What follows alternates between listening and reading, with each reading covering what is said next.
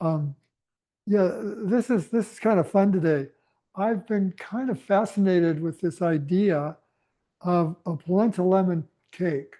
I've seen it come up on recipes, it's different people say it's on our blog, you should try it. It's fascinated me. And so all the recipes that I've seen use like a cup of polenta and a cup of flour and a cup of almond flour. So it's mostly flour, and my thing is let's stay away from the highly processed grains. So I have been trying to find a polenta lemon cake recipe that I like. I can't find anything on the web. So I've been experimenting. This is version 4. The first two were definitely not keepers. I won't even go through all the different things I tried.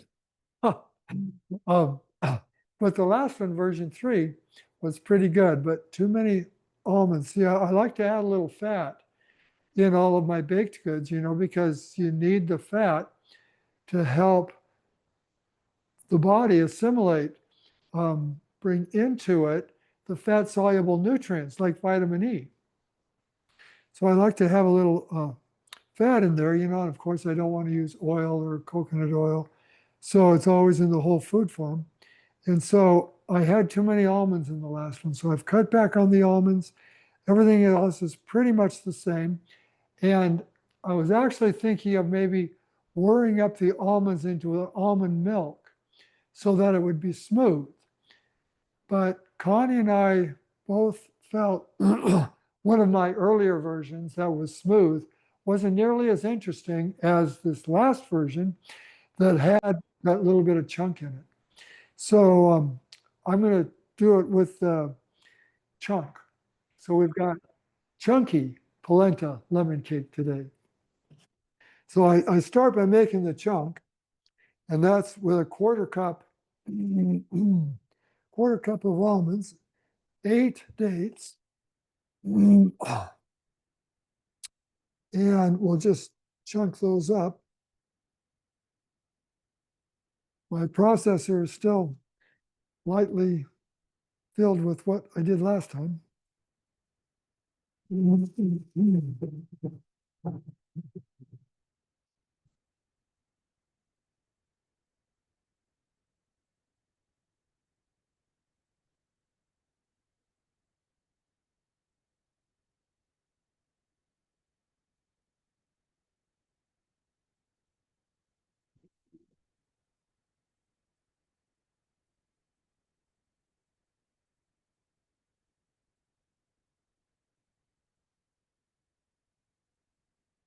We have chunk.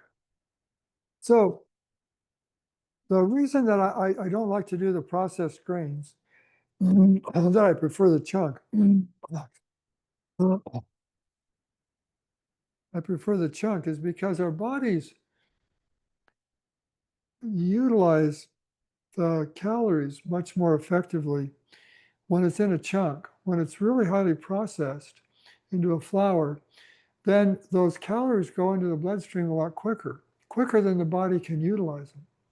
And so then it goes, well, I've got too much, so I make all this insulin so I can store it away as fat. And so then you're using energy to make insulin, you're using energy to store it as fat, then you have to use energy to take it out of the fat when you need those calories. Whereas when you eat it in the whole food form, those calories go in at a rate that we can use the calories. So we're not having to break down um, fat that we've stored before. It's just, we eat a meal and the calories come in at a rate that we need that energy to continue until we have our next meal. So that's the reason I like to do the chunk instead of, or at least much closer to the whole food than with a flour, with a highly processed flour. Okay, so I've got that ready to go. The next step then is to make the polenta. So basically, what this polenta cake is, rather than being a baked cake, which is what all the other recipes are, this is just basically making polenta. I don't know if you've noticed, if you make polenta, after that first serving, when it's nice and kind of creamy, if you cool it, the cornstarch, the starch in the corn and the polenta just solidifies, so that's the basis of this cake is it's basically it's polenta that is just cooled and solid rather than being solid because it's been baked. So I'm going to add the polenta. I've got my water boiling over here. It's 3 cups of water to 1 cup of polenta. And I find it's important to add the polenta slowly and stir it, otherwise it can be lumpy. I don't like those lumps in my polenta. So yeah, I think you can see what I'm doing here. Just slowly, slowly letting it go into that boiling water. And then I'll just keep stirring it as it thickens. So there we go. So we've got it in there. No lumps, just the way I like it. I'm going to turn the flame up a little bit now to get it cooking real good. There you go. Yeah. So it's just stir, stir, stir. I like to keep stirring it because it can start to stick to the bottom if I just leave it unattended. And the other thing is, as it's kind of gurgling, bubbling along, as it gets thicker, it creates these little volcanoes. You've probably all experienced this. But, if I leave it alone, then it goes plop and whoop, I've got polenta all over the stove. So I like to keep stirring. And for probably, I don't know, 7 to 10 minutes, what I find works. Now for this recipe, I want to add the dates and the almonds and the lemon juice. I've got 3 tablespoons of lemon juice to go in. So I'm going to add those now too, so they get cooked in.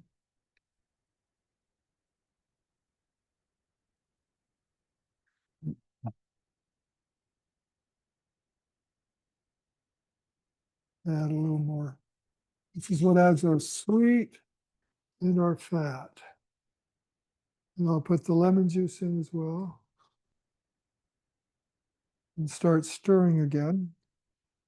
Quell those little volcanoes that have started. Yeah. Okay. Yeah, that's working real good. I love creating new recipes. I love the creative process and kind of discovering what's going to work or not. I don't know how often any of you play with new ideas, but I love it when I first kind of conceive of what a dish could be like. And I'm more to the desserty. I like to bake. But usually what my images come as are different baked goods. Connie, on the other hand, she's always inventing the savory dishes, the new lentil dishes, the new bean dishes. And so that's the same thing, it's like, oh, what would this be like putting these things together? And then you do it. And then you get to see, oh, well, was that a good idea or not? And fine tune it, just like I say, this is version 4. But and all 4 versions have come out of the same initial vision. So it's like I haven't lost the vision. And it's like, well, it's like Edison, right? I mean, the classic story of Edison inventing the light bulb is that he could see in his mind that with electricity, we could create light. And he literally tried 1,000 different things before he found what would work as a long-term filament. And the neat thing is that, being a scientist that he wrote it all down. And so, a blade of grass didn't work. I don't know what all different things. Copper wire didn't work. all the different things he tried. He recorded it so he knew how many things he had tried. It isn't made up that he tried 1,000 different things. It was actually on the 1,000th thing that he tried that he found the filament, the tungsten filament that, is still being used in incandescent lights today. So the story that I like is when a journalist, after he, invented the light bulb and it's starting to transform life in the city, a journalist asked him, well, how did that feel to fail 1,000 times?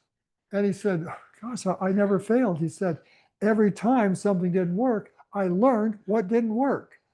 So, it's that classic turnaround or a reframe. How are we seeing what's occurring? Is it, really a problem? Or is it a learning opportunity? Is it actually this great opportunity to open, to grow and expand into more of who we are and what we can be in this life? So yeah, I love the Edison story, and this is my electric light. Version 4, though, that's pretty good. That's a lot less than 1,000. So yeah, I think we're about there. It's nice and feeling nice and thick. So this will thicken up well. I'll turn that off, turn the fan off. And what I put it in, I just put it in a cake dish, cake pan, and let it cool. And then I put it in the refrigerator, and that really solidifies it.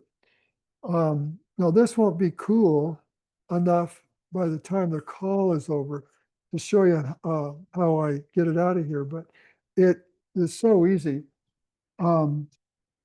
Once it has cooled in the cake pan and solidified with all that cornstarch, I just turn it upside, I put a plate on top of the cake pan and just turn it upside down, and it just falls right onto the plate.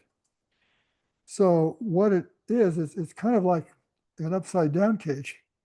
And I thought about that too. I didn't feel like today was the day to play around with the idea of upside down cake. But what I saw is the possibility then of adding fruit to it. From the very beginning, I have kind of envisioned this lemon cake as maybe having like cherries put into it, so here at the end, I would just add cherries to it. So they would be dispersed in the cake and then just let it cool. And then you've got a cherry polenta lemon cake. That's always appealed to me. So then when I popped that one out, this last version that was in the cake pan, I saw, well, this is how you make an upside down cake. So what I saw was if you were using like peaches or pears or apple, whatever you wanted to put in there, you could like lay slices of apple or put cherries in there or blueberries on the bottom of the cake pan, then put this on top. So when you flip it, then what will be on top is what was on the bottom, and you'll have that kind of classic upside down pineapple cake look. So there you go. That's just how simple this is. What do I do with that? Anybody have any questions? The other thing I like about this cake is it's 5 ingredients. It's you can see how simple it is. It's just so simple.